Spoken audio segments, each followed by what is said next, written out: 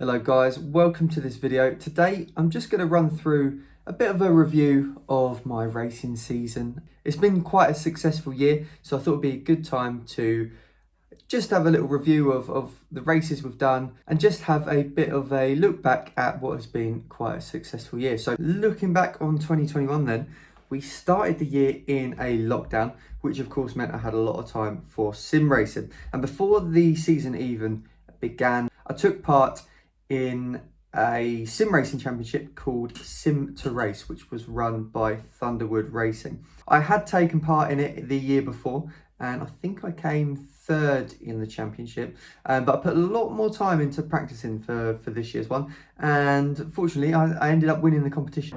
The winner of Sim to Race Season 2 in a last minute plot twist, coming back from second into first with a double win at Suzuka, is Ollie Wilmot. Fantastic. Oh my goodness. And it couldn't have been tighter. 1 point in it. So 1 point in it. That was a really great start to the season, and we achieved a bit of funding towards the first race. So for those of you who don't know, I'm racing something called EnduroKA, which sounds quite hilarious, but we're racing Ford KAs, the 1.3 litre engines. They have around 70 horsepower, and they are very fun little cars to drive. They're very grippy in the corners. You can kind of take most circuits pretty much flat out. Yeah, they corner and handle pretty well, but there's not an awful lot of power on the straights. So round one was at Donington Park. It was a 5-hour team endurance race, and I was racing alongside Scott Parkin and Adam Blair. And fortunately, having Adam on the team was a bit of a trump card, because he has never lost a race to Lewis Hamilton. So he put us on pole, I believe. Yeah, I'm pretty sure we were on pole. And the race started pretty well. I think I went out in stint 2 or stint 3 possibly. Not really any dramas, and I think we were still in the lead towards the last hour and a half of the race, until a red flag come out. And unfortunately it just didn't come out at quite the right time for us, and we were jumped in the pits by Octane Junkies, and we had to settle for second place, with our sister car finishing in third place. So we were disappointed not to get the win at Donington, but it was a very good start to the season, and we picked up a bit of silverware. So on to round 2 then, and that was at Cadwell Park, a 6-hour race. And once again, I was driving alongside Adam and Scott. We turned up on the Friday for a bit of testing, and if you've never been to Cadwell Park before, the paddock area is a lot smaller than other racetracks. So there are no garages in the pit lane, and the pit lane is kind of nowhere near where the paddock is, and you kind of enter the track not from the pit lane. It's all a bit weird, and the weather was absolutely torrential, so we were trying to set up an awning in torrential rain. It was just a bit of a miserable day, to be honest, but we kept the car on the track, which was the main thing. On to the race then, and qualifying was dry, and it was a little bit chaotic. There were a few red flags in qualifying, but once again Adam managed to put in a decent lap towards the end of the session and put us on pole for round 2. It did start raining during the race, especially during my stint, but fortunately we just put a new set of front tyres on, so I had a decent amount of grip out there. Kept the car in one piece. You can watch a video of my highlights from the stint in the car at Cadwell. And then Adam jumped in to finish the race, and somehow managed to get the car home. We underfueled it a little bit in the final pit stop, and the fuel light was on and flashing for quite a significant amount of time towards the end of the race. And yeah, we weren't sure we were going to be able to finish, but he managed to do a great job of looking after the car and bringing it home to get our first win of the season. So 2 races, 2 podiums so far, and 1 victory. So yeah, pretty pleased with how the season was going so far, and it was only my third and fourth ever races, so very pleased with that. So round 3 was at Snetterton, and this one was a 12-hour race, but unfortunately I got COVID right before the race, so I had to sit this one out, and didn't really go very well for the team. I think one of the cars rolled during practice or qualifying. Then the other car, I think the gearbox blew at some point during the race, having been running quite near the front. The car that rolled did get up to about 4th place, I think, so just shy of the podium, which is actually a very good recovery drive in the end.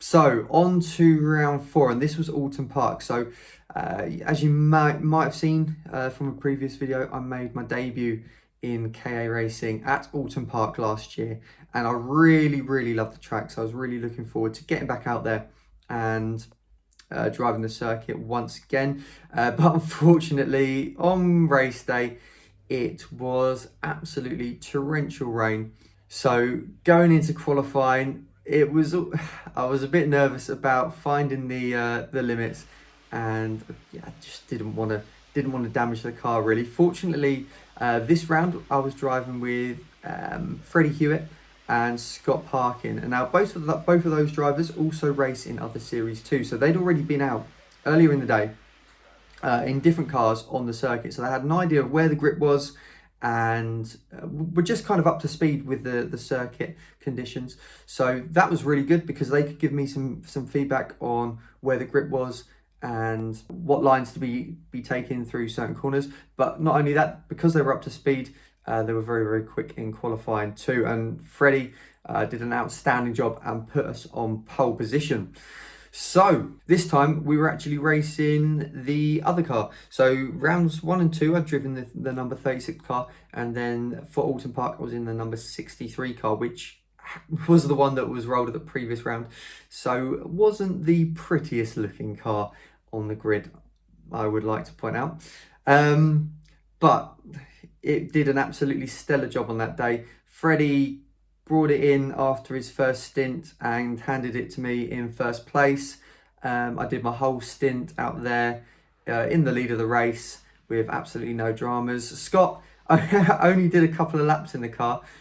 He was actually driving both cars that weekend, and the way the safety cars worked out, it made sense for him to just do a very short stint and hand back over to myself, and then Freddie finished the race and we brought it home in first place. So it was a really great race. The other car finished in second place too, so we also achieved EnduroKA's first ever 1-2 finish from a team in an endurance race. So it was a really great weekend, difficult conditions, and yeah, just an unbelievable result. Really happy with that one.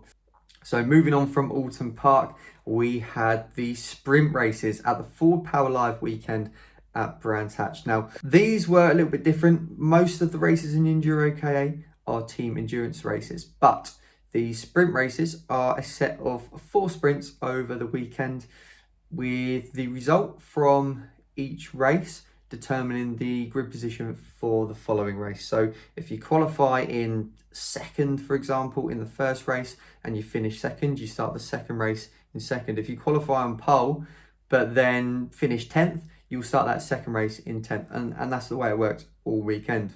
Now, unfortunately, we broke the rules during qualifying without realising.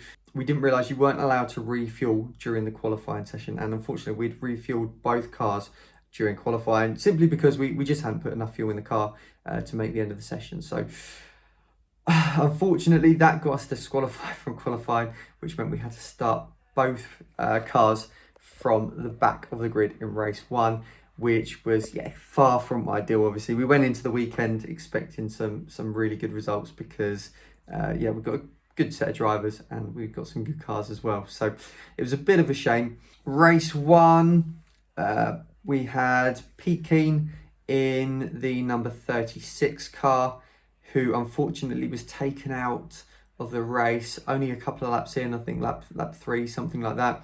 I started in number 63 and I think I worked my way up to about 10th place, maybe 9th place. Then I handed over to Scott Parkin for race 2 in the number 63 car, but I myself was racing in race 2 in the 36 car. But unfortunately, because Pete had been taken out the race, I once again had to start from the back. And again, I think I got up to 9th place, maybe even 8th place actually in that one. And Scott did a great job to get number 63 up to, I think, 6th place. Race 3 was on the following day, and there was quite a serious accident in race number 3. One of the cars going off at Paddock Hill and rolling several times before coming to a rest up the banking, and unfortunately the driver had to be taken to hospital, and at the time we didn't really get much update on his condition, so it was quite a unnerving feeling around the paddock, because we were just hoping that he was okay. He was all right in the end, but it wasn't a nice thing to see at all, seeing a fellow driver involved in such a big accident. But what that did mean is that the race had been red flagged fairly early on, I think. So Scott had managed to get 1 place gained, I think. So he was up to 5th place in 63.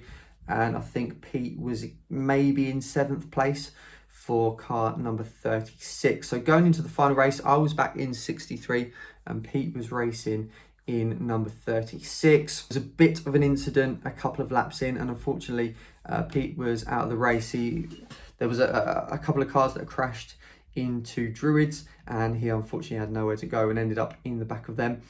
And then I had managed to avoid some of the carnage and get up into 3rd place when the race was red flagged. Sat on the grid for about 10-15 minutes while the track was cleared. It was the last race of the day, so they were able to restart it because there was no other events going to be taking part later in that day. And I think we had about 8 minutes left from light to flag, and managed to hold on to 3rd place. We were putting a lot of pressure on 2nd place in the race, but unfortunately we just weren't quite able to get past.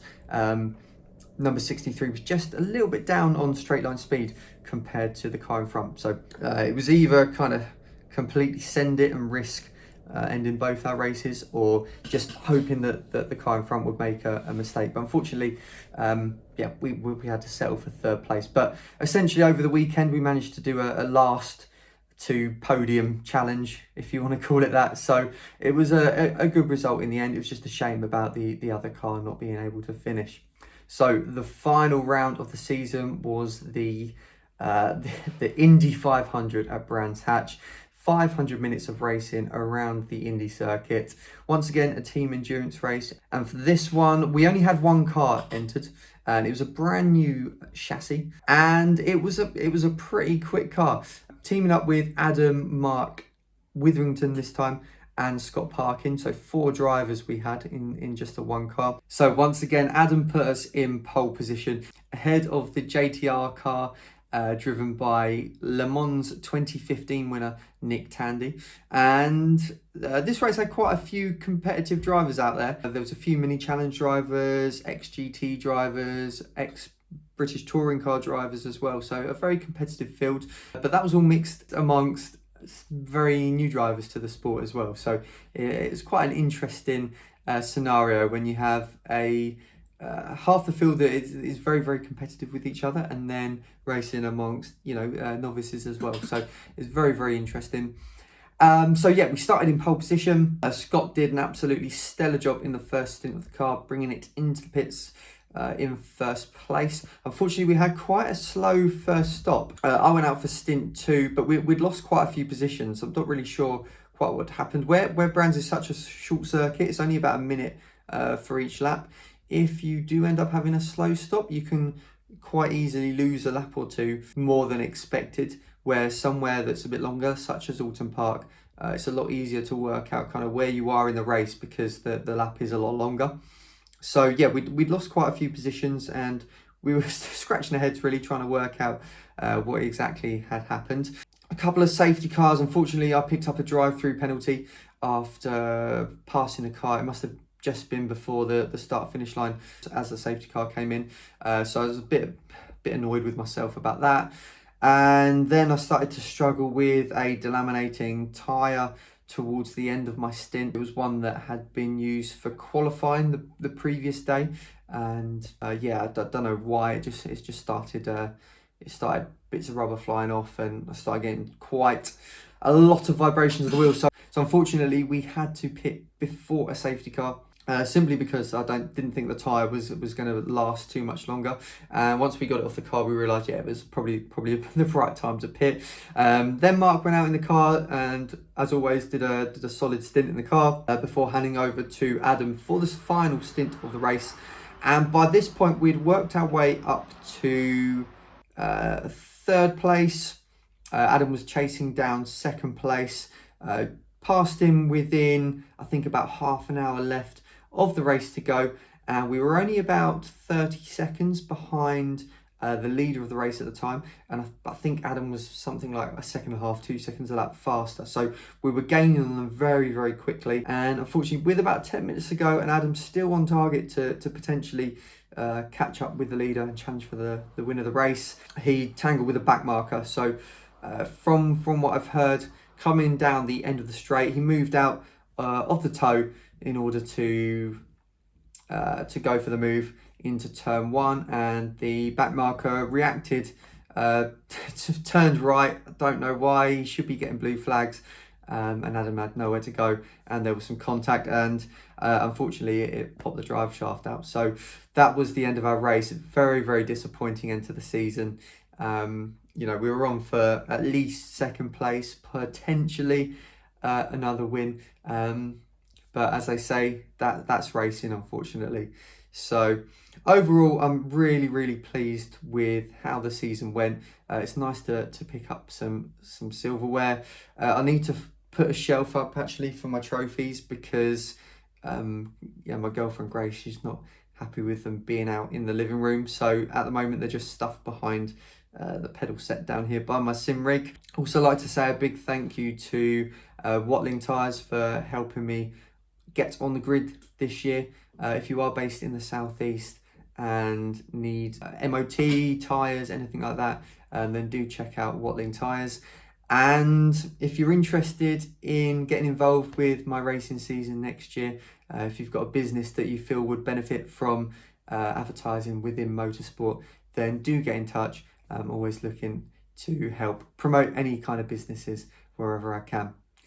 So thanks for watching, guys. If you've got any questions about racing, anything you'd like to know, how to get into racing, something like that, then do let me know. I will be trying to do some more sim racing videos in the future. I haven't had too much time recently, being back at work, a number of other things going on. It's just been very, very busy, so I haven't had a chance to do too much sim racing, but I will be getting back on that in the new year. Hope you had a good Christmas, and I will see you again in another video in the future.